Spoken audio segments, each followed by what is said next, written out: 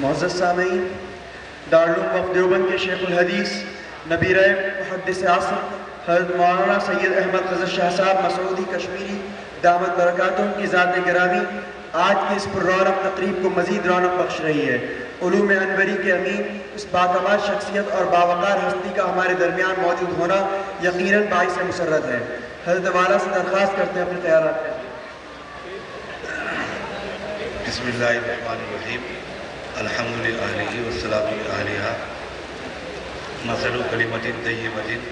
کشجرۃ طیبۃ اصلها ثابت وفرعها فی السماء،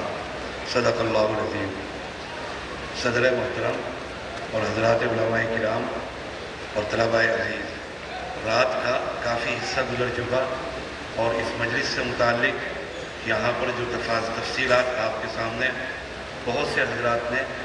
بیان کی ہیں، مجلس کی غرض و غایت اور جس مقصد کے لیے یہاں پر ہم سب جمع ہوئے وہ مقصد بھی تکمیل کو پہنچ چکا۔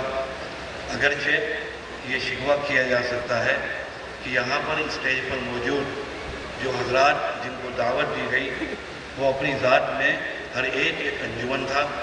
اپنی ذات کے اندر ایک ادارہ، ایک جماعت، ایک فکر اور ایک علم بھرپور ان کے اندر سمایا ہوا۔ ایسی بہت سی مجلسیں بھی ناکافی تھی۔ اگر اس کی طوالت کو اور اس مجلس کے دورانیہ کو اور اس میں اضافہ کیا جاتا تو یقیناً وہ خوش آئند بھی ہوتا اور ہر ایک کو بہت کچھ کھونے کا موقع ملتا۔ اب تو یہ ہے کہ جو کسی نے کہا ہے کہ تسکین دل محزونہ ہوئی، وہ سعی کرم فرما بھی گئے۔ اس سعی کرم کو کیا کہیے، بہلا بھی گئے، تڑپا بھی گئے۔ حضرت حجت الاسلام مولانا محمد قاسم صاحب نانوتوی نور اللہ مرقدہ کے نام نامی اور اس میں گرامی سے معنون و منسوب اس اکیڈمی کے ذریعے جو یہاں پر آپ کے سامنے کارنامے اور وہ کتابیں جو تیار کی گئی ہیں ان کا اجرا عمل میں آیا۔ اگر اس مختصر مدت میں اکیڈمی کی پیدائش، اس کی جوانی اور اس کا مختصر دورانیہ، اس قلیل ترین مدت میں شاید ذمہ داران اکیڈمی کو لشکر سلیمان علیہ السلام کی مساعدت و معاونت حاصل ہے۔ شبابی قوتیں ہیں، شبابی توانائیاں ہیں اور اس کے ساتھ ساتھ بزرگانہ شفقتیں اور بزرگانہ تمام کی تمام توجہات حاصل ہیں۔ خدا کرے کہ یہ تمام کی تمام سفر، علمی سفر، حضرت خطیب الاسلام مولانا محمد سالم صاحب قاسمی دامت برکاتہم کی زیر سایہ اور ان کے زیر نگرانی اور برادر محترم مولانا محمد سفیان صاحب کے زیر نگرانی اور عزیز القدر مولانا شکیب صاحب صلی اللہ علیہ وسلم کے شبابی طاقتوں کے ساتھ روز افزو ترقی پر اور دن دگنی رات چوگنی ترقیات اس کو حاصل ہوں۔ یہاں پر جن شخصیات کی سلسلے میں کتابیں اور ان کتابوں کا اجرا ہوا، قریب ترین ماضی میں شخصیت حضرت حکیم الاسلام مولانا محمد قاری محمد طیب صاحب نور اللہ مرقدہ سابق محتمم، اس سے پیشتر ان کے والد گرامی اور علامہ کشمیری ایسے ابتری شخصیات کے استاد حضرت مولانا حافظ محمد احمد صاحب، ان کی سوانح یہاں پر اس کا بھی اجرا ہوا۔ وہ شخصیت ہم سے بہت بیشتر اور ان کا عہد ذری بہت بعید ہے۔ ماضی قریب میں ہمیں دیکھنے کا اتفاق ہوا اور ہم نے اس شخصیت کو برتا، آکا، جانچا اور پرکھا، اور یہ ہماری سعادت ہے، یہ ہماری خوش قسمتی ہے کہ ہم نے اس شخصیت کو دیکھا کہ ایک موقع پر عطا اللہ شاہ بخاری نے علامہ کشمیری کے تعزیتی جلسے میں کہا کہ صحابہ کا قافلہ جا رہا تھا، کشمیری آخری صحابی تھے جو پیچھے رہ گئے۔ ہم کہہ سکتے ہیں کہ حکیم الاسلام قاری محمد طیب صاحب تابعین کا قافلہ جا رہا تھا، وہ آخری شخصیت تھی جو پیچھے رہ گئی اور جسے ہم جیسی آنکھوں کو دیکھنے کی سعادت نصیب ہوئی۔ کیا تھا؟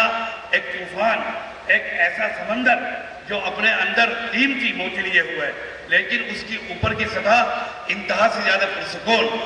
افراد اور افراد کے مزاج اداروں کے اوپر اثر انداز ہوتے ہیں، افراد کے مزاج بھی، قوموں کے مزاج بھی، اور اسی کے ساتھ ساتھ ادارے ہوں، ملک ہوں یا تنظیمات ہوں یا اس کے ساتھ ساتھ مدارس ہوں، مکاتب ہوں، انجمن ہوں، حجت الاسلام حضرت مولانا محمد قاسم صاحب نانوتوی کی جو فکر تھا، ان کا جو رجحانات تھے، ان کے جو خیالات تھے، دارالعلوم دیوبند پر اس کے اثرات کیوں مرتب نہیں ہوتے؟ یہی چیز آپ کو تاریخ میں اور تاریخ اسلامی میں اور تو اور جناب نبی کریم صلی اللہ علیہ وسلم کی حیات طیبہ میں سوال کے جواب میں عائشہ صدیقہ کا وہ جواب آپ کو یاد ہوگا کہ فرمایا کہ اگر محمد کی سیرت دیکھنی ہو تو قرآن مجید کا مطالعہ کرو۔ گویا کہ پیغمبر نے اپنے وجود میں، اپنے پیکر میں اور اپنے جسم کے اندر قرآن مجید کو جذب کر دیا تھا۔ پھر پیغمبر کی تعلیمات کس طریقے پر آپ نے صحابہ کرام کی جماعت کو تراشا، خراشا اور پھر امت کی گود میں ان کو پھینک دیا اور انہوں نے وہ کارنامے انجام دیے۔ سیرت کو انہوں نے جذب کیا، پیغمبر کی تعلیمات کو، فرامید کو، احادیث کو، ہدایات کو اور سنتوں پر انہوں نے عمل پیرا ہو کر اسلام کی ایک تاریخ بنا دی۔ اس طور پر امیر معاویہ ہیں اور انہوں نے ایک موقع پر امارت کے سلسلے کے اندر تقریر کی اور کہا من یرید ان یتکلم فی ھذا الامر فلیطلع لنا قرنہ، کہ جو امارت کے موضوع پر بات کرنا چاہے وہ ہمارے سامنے آئے اور آنے کے بعد اپنا دعویٰ پیش کرے۔ ابن عمر موجود ہیں، معمولی شخصیت نہیں ہے عبداللہ ابن عمر، بات ان کا جسارت میں، ان کی جرأت اور ان کی بصارت اور ان کی قوت سب کچھ مسلم ہے، اسلامی تاریخ کا نمونہ ہے سیدنا عمر، اور ابن عمر بھی کچھ کم نہیں ہے۔ ابن عمر موجود ہیں سیدنا معاویہ کے اس دعوے پر کہ نحن احق منہ ومن ابیہ، کہ ہم اس عمارت کے اس سے اور اس کے باپ سے زیادہ مستحق ہیں۔ ابن عمر موجود، وہاں پر صحابی نے دریافت کیا کہ آپ نے جواب کیوں نہیں دیا؟ پیغمبر کی تربیت دیکھیے، جناب نبی کریم صلی اللہ علیہ وسلم کا انداز دیکھیے جس کو صحابہ نے جذب کیا تھا۔ فرمایا کہ جواب دینے کے لیے میں نے اپنی آستینیں سوت لی تھی، اپنی چادر سمیٹ لی تھی، میں نے اس لیے جواب نہیں دیا کہ کہیں میرے جواب سے امت کے اندر اتحاد پارا پارا نہ ہو جائے، کہیں یہاں پر خوریزی نہ ہو جائے اور میرے الفاظ کو غلط معانی نہ پہنا دیے جائیں۔ میں نے اس لیے ان نعمتوں کو یاد کیا جو پیغمبر نے صبر کے عوض میں اور بدلے میں جنت میں جمع کی ہے۔ یہ صحابہ کی حیات اور صحابہ کا یہ انداز امت کے افراد کے اندر منتقل ہوا۔ پھر ہم نے حکیم الاسلام کو دیکھا آخری دور میں، جہاں پر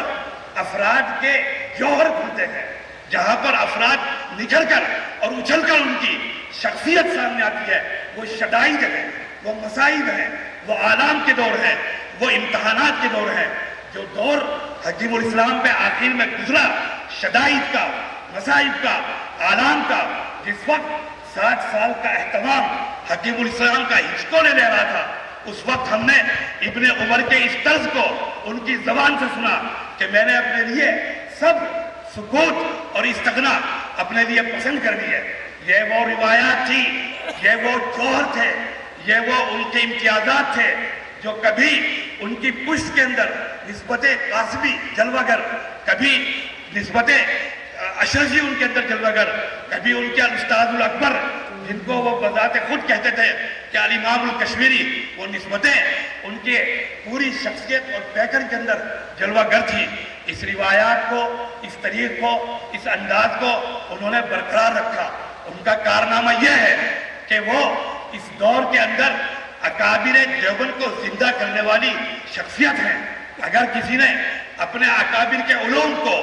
اپنے اکابر کے کمالات کو اور ان کے امتیازات کو بیان کرنے میں اختصاصی درجہ حاصل کیا تو وہ حکیم الامت مولانا اشرف علی صاحب تھانوی، اور پھر دیوبند کی تاریخ میں دوسری شخصیت حضرت حکیم الاسلام مولانا قاری محمد طیب صاحب کی ہے۔ ان کی تدریس ہو، ان کا قلم ہو، ان کی زبان ہو، ان کا بیان ہو، کوئی بھی چیز ہو، اکابر کے علوم اور تذکرے سے کبھی خالی نہیں رہا۔ آج وہ تسلسل جو حضرت نانوتوی تک پہنچتا ہے، اپنے جہاں گزر 30-33 سال کے سفر کے بعد اس منزل پر پہنچا کہ اس منزل پر پہنچانے کے لیے بہت سو کی قربانیاں ہیں، بہت سو کے لہو پوشیدہ ہیں۔ مفسر قرآن مولانا محمد نعیم صاحب، حضرت مولانا اندر شاہ صاحب کشمیری اور حضرت مولانا خورشید عالم صاحب اور وہ 85 لوگ جنہوں نے اس تنکے سے تنکا کر کے اس بکھرے ہوئے آشیانے کو قوت بخشی، طاقت بخشی۔ حضرت محتمم صاحب دامت برکاتہم کے دائیں بائیں انہوں نے اپنی قربانیاں پیش کی۔ آج وہ بھی جنت کے اندر شاداں و فراہ ہوں گے کہ ان کی قربانیاں رنگ لائیں، اور دارالعلوم کا وہ امتیاز تحقیق کا، ریسرچ کا، تعلیم کا، تدریس کا، افراد سازی کا، رجال سازی کا،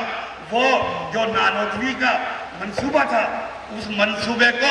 پھر سے باندھ اور پھر سے آگے بڑھنے کی گویا کہ ایک ہمت اور طاقت ملی۔ بڑی مبارکباد ان تمام حضرات کے لیے جو اس اکیڈمی سے وابستہ ہیں۔ خدا تعالیٰ ان کے کاموں کے اندر مزید ترقیات اور قبولیت کی شان پیدا فرمائے۔ وآخر دعوانا ان الحمدللہ۔